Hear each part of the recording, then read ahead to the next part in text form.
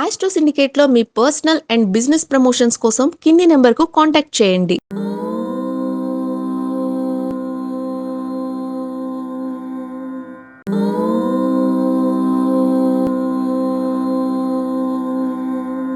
ఓం శ్రీ గురుభ్యో నమః.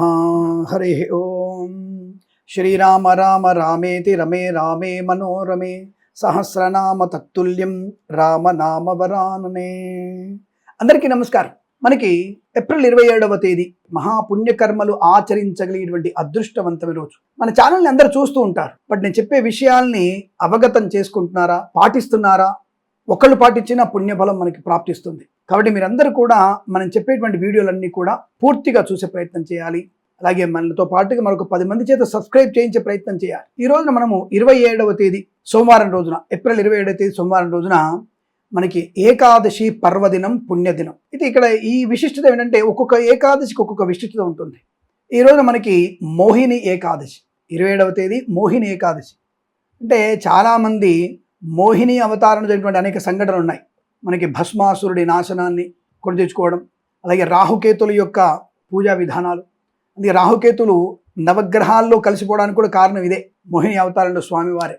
అంటే రాక్షసులు దేవత రూపంలో వచ్చి అమృతాన్ని తాగుతున్న సమయంలో వాడి గొంతులోకి, రాహుకి గొంతులోకి వెళ్ళగానే ఖండించగా అప్పటికి అమృతతుల్యమైనటువంటి రాక్షసుడు రాహుకేతులుగా మారిపోయి జీవించే ఉంటాడు. కాబట్టి వారికి నవగ్రహాల్లో ఒక స్థానం కల్పించబడింది. అందుకే కాలసర్ప దోషం ఉన్న వాళ్ళు కూడా ఈ రోజు, ఈ మోహిని ఏకాదశి రోజున ఎవరైతే ఈ కాలసర్ప దోష నివారణ పూజ చేస్తున్నారో వారికి మీ జాతకంలో కాలసర్ప దోషం ఉంటే పూర్తిగా నివారణ అవుతుంది. ఇది తథ్యము, ఇది నిజం. అలాగే మనకి ఈ మోహిని ఏకాదశి వైశాఖ శుద్ధ ఏకాదశి, మోహిని ఏకాదశి. దీని యొక్క కథ ఏమిటి తెలుసుకోవాలి కదా మనం. సరస్వతి నదీ తీరంలో భద్రావతి నగరాన్ని దుతిమంతుడు అనేటువంటి రాజు పరిపాలిస్తున్నప్పుడు అతనికి 5గురు కుమారులు.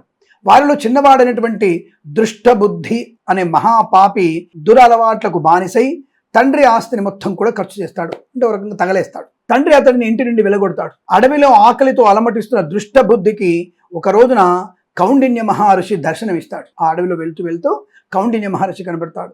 తన పాపాలకు ప్రాయశ్చిత్తంగా ఏదైనా ఉపాయం చెప్పని అడిగితే ఆ మహర్షి వైశాఖ శుద్ధ ఏకాదశి నాడు మోహిని ఏకాదశి వ్రతాన్ని ఆచరించమని చెప్తాడు. ఆ దుష్టబుద్ధి ఆ వ్రతాన్ని భక్తితో ఆచరించడం వల్ల అతని పాపాలన్నీ కూడా తొలగిపోయి చివరకు విష్ణు సాయుధ్యాన్ని పొందుతాడు. అంటే ఇక్కడ సముద్ర మథనం తర్వాత అమృతం వచ్చినప్పుడు రాక్షసుల నుండి దేవతలను రక్షించడానికి విష్ణుమూర్తి మోహిని అవతారం ఎత్తి ఈ రోజునే అని కూడా మనం తెలుసుకున్నాం. అందుకే దీని పేరు మోహిని ఏకాదశి అని చెప్తారు. ఈ యొక్క మోహిని ఏకాదశి రూపంలో ఈ దుర్మార్గుని ఎలాగైనా సరే దుష్టులని సంహరించాలి. అది భగవంతుని యొక్క రక్షణ, భగవంతుని యొక్క శిష్ట రక్షణ, దుష్ట శిక్షణ. కాబట్టి ఆయన మోహిని అవతారం ఎత్తి ఈ యొక్క రాక్షసులని మోహితుల్ని చేసి, వారు కాకుండా దేవతలకు మాత్రమే అమృతాన్ని పంచినటువంటి మహాశుభమైనటువంటి సమయ సందర్భం. రాక్షసులు సంహరించబడేట్టుగా, అలాగే శిష్టులు అంటే దేవతలందరూ కూడా చిరంజీవులైనట్టుగా ఆ స్వామివారు తయారు చేస్తారు. కాబట్టి ఇక్కడ దుష్ట శిక్షణ, శిష్ట రక్షణ జరుగుతోంది. కాబట్టి అటువంటి మోహిని ఏకాదశి రోజున విష్ణుమూర్తిని మనము మోహిని రూపంలో మనం పూజించాలి.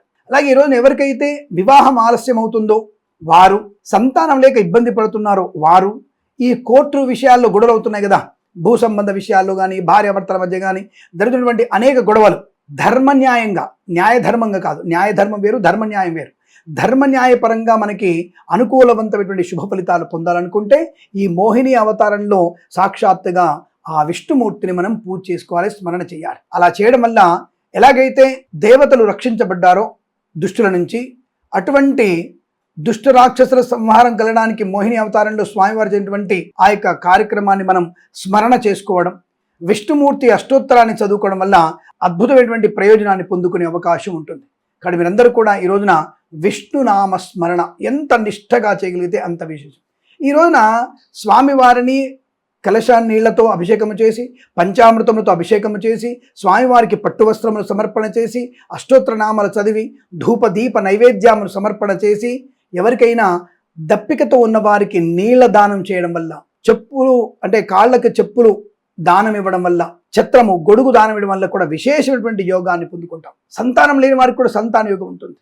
భార్యాభర్తల మధ్య ఈ శారీరకమైనటువంటి సమస్యలు ఉన్నవారు, బాగా గుర్తుపెట్టుకోండి, శారీరక సమస్యలు ఉన్నవారు, భర్త యందు అభిమానము అలాగే అనుకూలత లేని వాళ్ళు, భార్య యందు అనుకూలత లేని వాళ్ళు, ఇష్టాయిష్టులు లేనటువంటి విషయాల్లో ఇద్దరి మధ్యలో సాన్నిహిత్యాన్ని పెంచడానికి కూడా ఇటువంటి వ్రతం మనకి బాగా అనుకూలతని కలిగిస్తుంది. ఈ వ్రతాన్ని విష్ణుమూర్తిని కలశంలో ఆవాహన చేసి పూజ చేసుకోవాలి. సాయంత్ర సమయంలో ఆవు నెయ్యితో ఒక దీపాన్ని విష్ణుమూర్తి ప్రీతి కొరకు వెలిగించి సాయంకాలం పూట విష్ణు సహస్రనామ పారాయణ చేసి జాగరణ చేసిన వారికి, ఏదో ఒకరోజు సంవత్సరంలో 10 రోజులు 20 రోజులు కాదండి, ప్రతి ఏకాదశి మనం జాగరణ చేసిన వారికి అద్భుతమైనటువంటి ఆనంద యోగాలు ఉంటాయి. కాబట్టి ఈ రోజున మీరు ఎవరెవరైతే ఈ సోమవారం రోజున శివప్రీతి కొరకు, విష్ణు ప్రీతి కొరకు ఈ ఆవు నెయ్యితో దీపం వెలిగించి రాత్రిపూట జాగరణ చేసి భాగవత పారాయణం విన్న వారికి, భాగవతను స్మరణ చేసిన వారికి తప్పకుండా మీకు అనుకూలవంతమైన సమస్త పాపముల నుండి విముక్తి కలుగుతుంది. తద్వారా మనకి పుణ్యప్రాప్తి కలుగుతుంది. దానం వల్ల పుణ్యప్రాప్తి అధికమై వెంటనే మనము ఆ పుణ్యప్రాప్తి వల్ల మనకి అదృష్ట యోగము, ఆనంద యోగము, సంతాన యోగము, వివాహ యోగము కలగడానికి అవకాశాలు ఉంటాయి. కాబట్టి వెంటనే మీరందరూ ఈ విశేషమైనటువంటి మోహిని ఏకాదశి రోజున స్వామివారిని ఆరాధించి అష్టైశ్వర్య ప్రాప్తి పొందాలని మనస్ఫూర్తిగా కోరుకుంటూ, మర్నాడు ద్వాదశి పారణ అంటారు. అంటే 28వ తేదీన మంగళవారం రోజున ద్వాదశి పారణ విధి. ఎవరికైనా బీదవారికి కాస్త అన్నం పెట్టి ఆ తరువాత మీరు భోజనం చేసే ప్రయత్నం చేస్తే సంపూర్ణ ఏకాదశి పుణ్యఫల ప్రాప్తి మీరు పొందుకుంటారు. ఈ విషయాన్ని గమనించి మీరందరూ కూడా అద్భుతమైనటువంటి ఈ యొక్క ఏకాదశిని సద్వినియోగం చేసుకొని సమస్త పాపం నుండి విముక్తి పొందాలని కోరుకుంటూ సర్వేజన సుఖినో భవంతు. ప్రేమతో మీ కిరణ్ శర్మ.